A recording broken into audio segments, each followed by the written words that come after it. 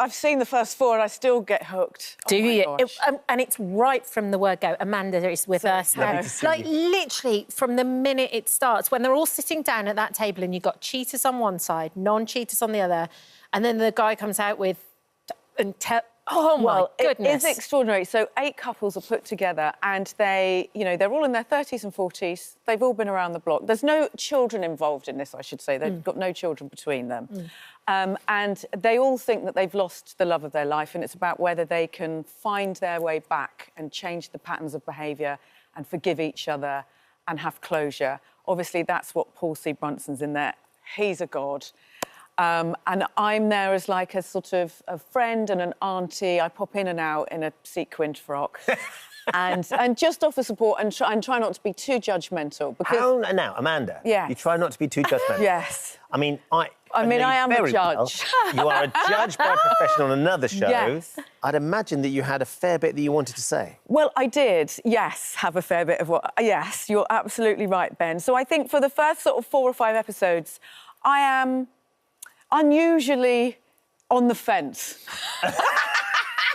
OK. I'm unusually on the fence because I do believe that all these people are good people, essentially, who have made bad choices and mistakes, which we're all capable of doing. Yes. By around episode 5 or 6, the producers went, do you know what? We've booked you for a reason. Just go Feed them all to the in. walls. Yes. Both feet. Go in. And I'm still not judgmental, but I feel then I can still sort of add my 2 pennies worth and offer advice or whatever. But it's different to all the other kind of shows of the same sort of ilk because I think of the digging that we do and the truth and the closure that Paul gets out of everybody and the exercises and he puts everyone through their paces. So it's very intense, it's very juicy.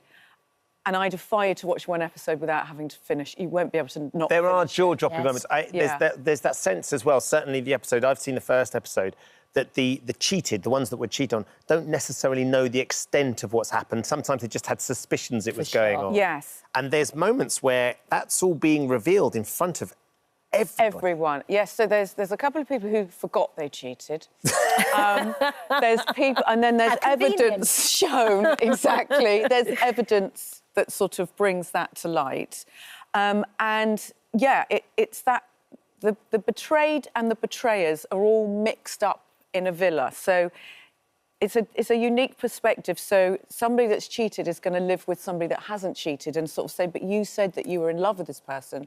What made you make that choice?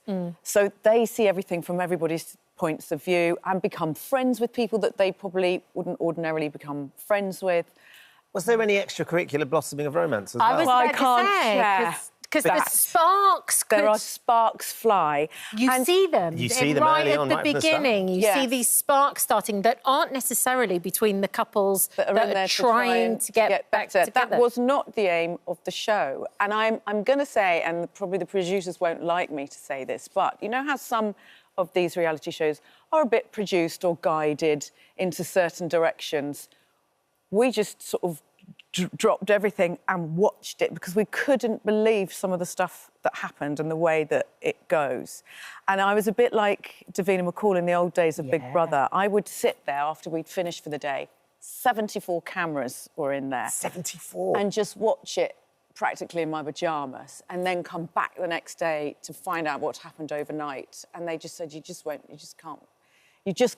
couldn't write it and it wasn't written. It's amazing. Was there some reconnection, though? Have you... The point of it was to work out if that was the answer? Yes. Did Paul work his magic and the whole experience... Paul worked his magic, as you would expect. Yes, of course. And there are some amazing stories. But the positive thing about all of it is that everybody leaves a different human being. I'm going to say that. Yeah. They all have learnt tools and different ways to go into possibly a new relationship without maybe repeating the same patterns. And that's down to him being a guru and being fabulous. Did you learn? Oh, my God, yes, I learnt so much from him. Is Chris getting the benefit of So this? my lovely husband, who is also called Chris Hughes, but is not the Chris Hughes that was in Big Brother. So some of those headlines were slightly worrying. He came out to... Is he fond of a litter tray?